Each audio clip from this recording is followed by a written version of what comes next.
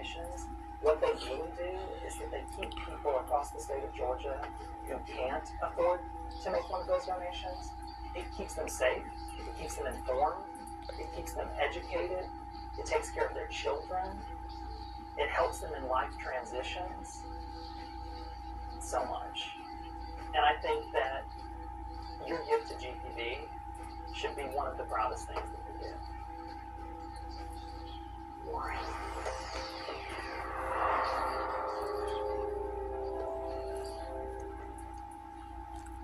The following is a test of the emergency alert system.